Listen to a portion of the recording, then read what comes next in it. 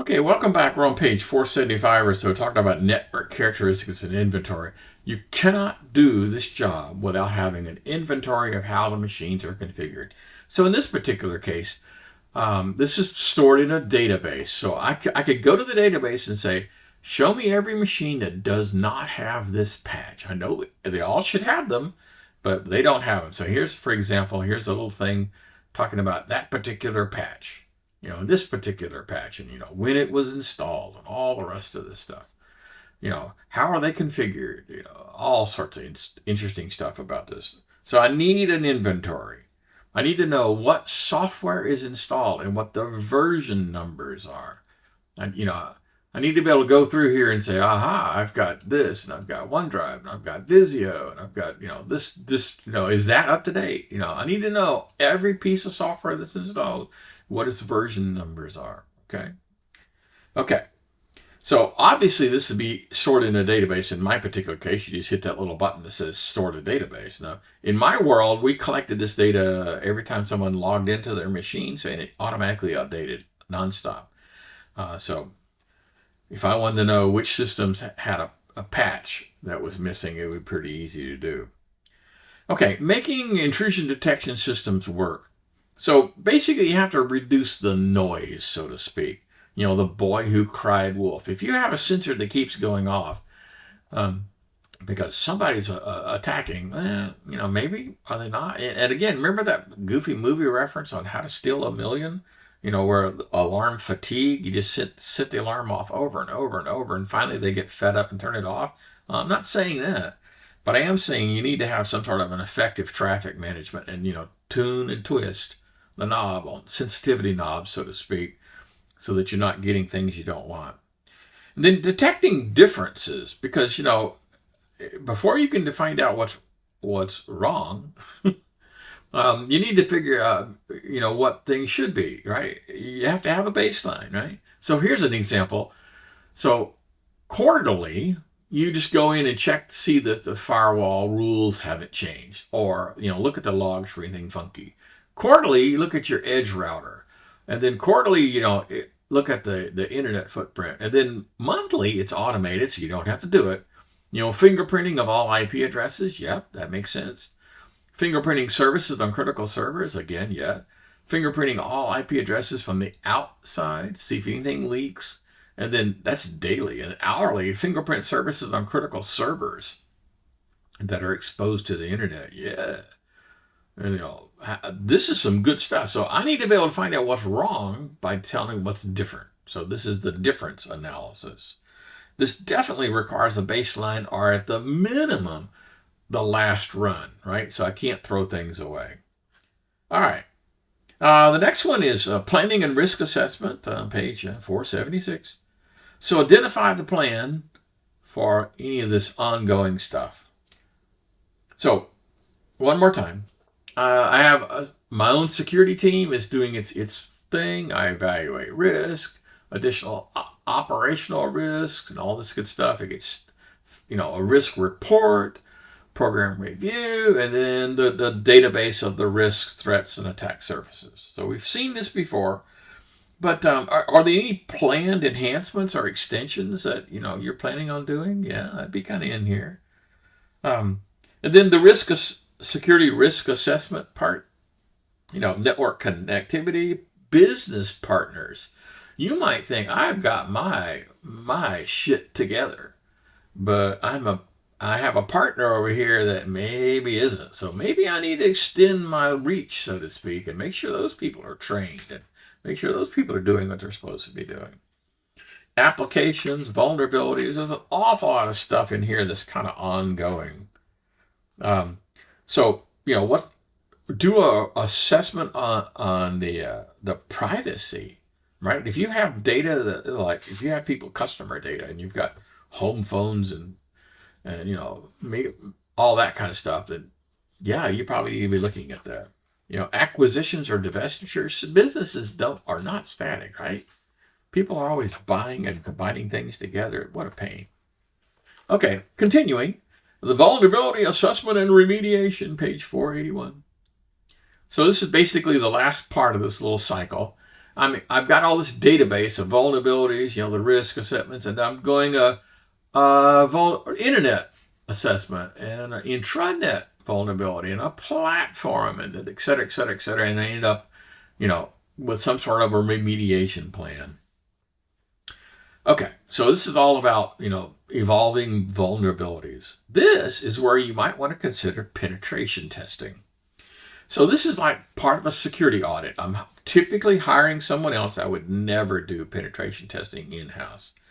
Very, very specialized skills. And you want people to have experience with this, not somebody who's never done it before. No way. Okay, so contract this out with an experienced and licensed, or not licensed, credentialed. So there's different levels. You could say, pretend like you're an outsider and try to break in. Or you could say, come on into our office, sit down as if you're an insider. We're going to give you a normal account like a normal employee would have.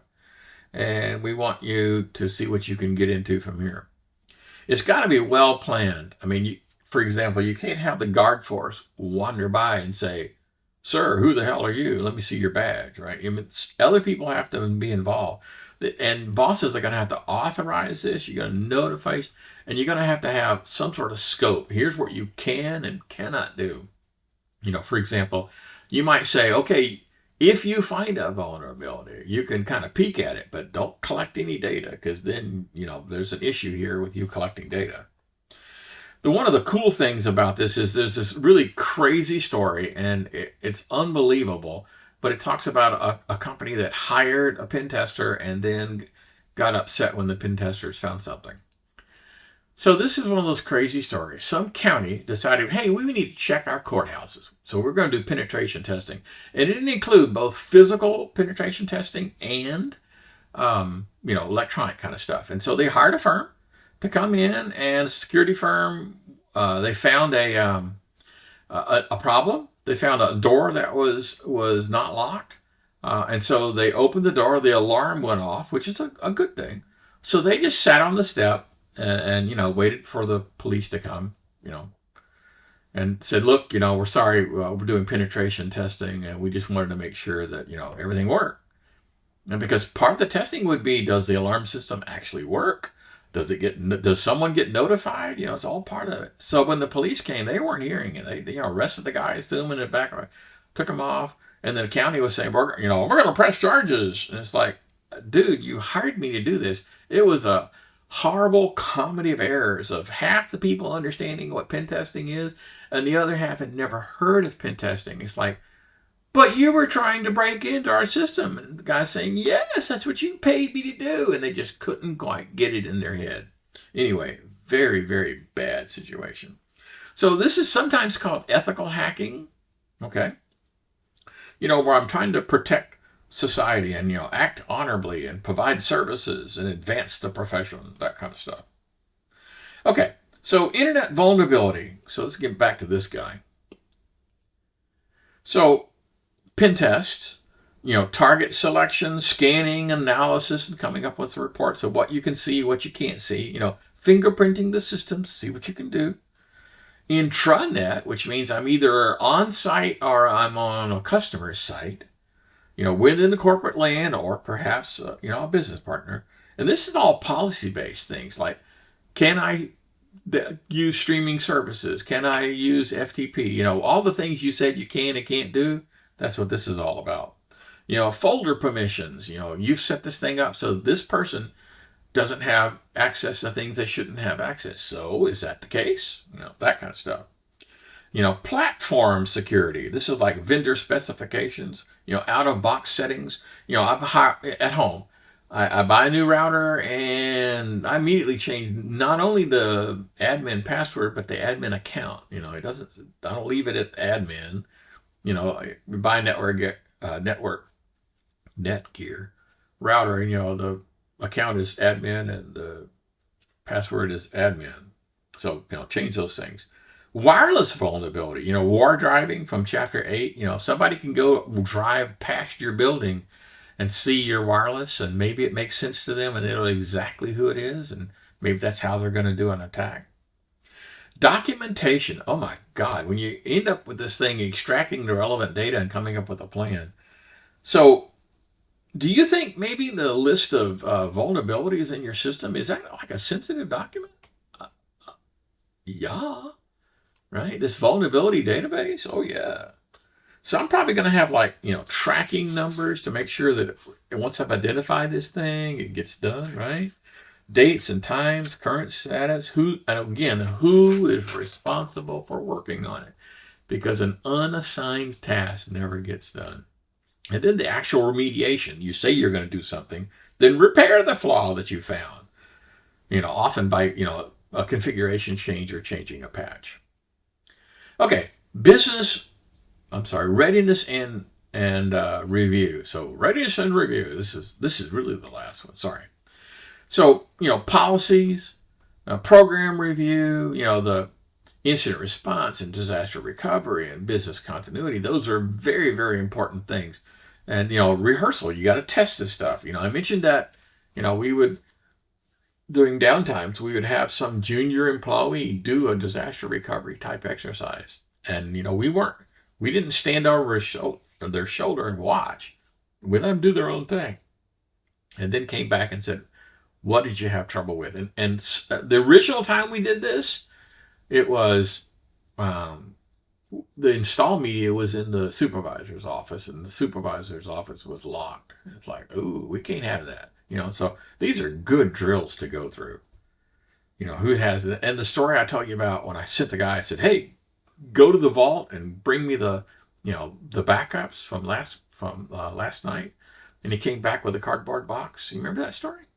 And I said, what's this? I only wanted that. He goes, yeah, well, the power was out and I couldn't read the labels, so I brought them all. And I went, maybe we ought to have a flashlight. Lots and lots of stuff to learn. You can't think of it all. Anyway, the business continuity planning is the thing that scares most businessmen. If you coin it right and explain it to them, and you say, how long can you go without this service running? If you have an e-commerce website, how long can you survive without your website running, without customers being able to order stuff? Okay, good. All right. So the next one talks about physical security. I kind of like this on 490. The 7 sources of physical loss. Temperature, gas, liquids, organisms, projectiles, movement, and energy. All right, so we'll go through that. So physical access controls. So whenever you're trying to control physical, you're talking about, guards, gates, that kind of stuff, locks, cipher locks, things like this. Has an awful lot to do with, facilities management and engineering.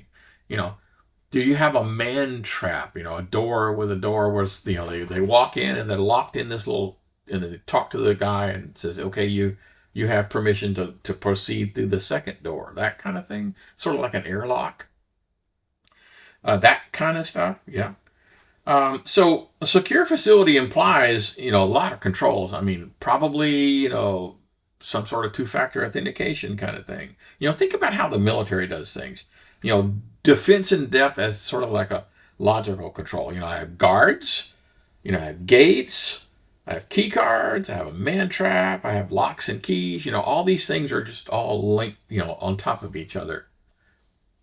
So we talk about physical controls. So, walls, fences, and gates, and this could be, a physical, you can't go there, or it could be something as simple as you can't see in.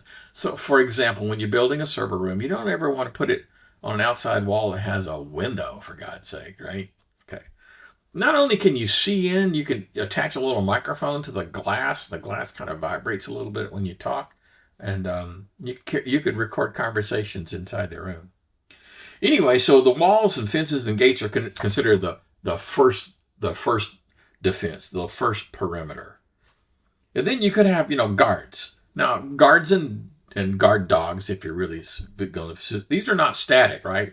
They don't just sit in one spot. They wander around, right? Now, I will tell you that boredom and distraction, yeah, that's a real management concern.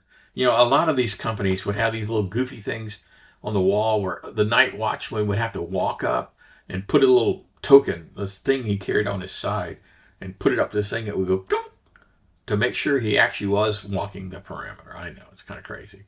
Hey, we're coming up on the 15-minute mark. You guys know how this works.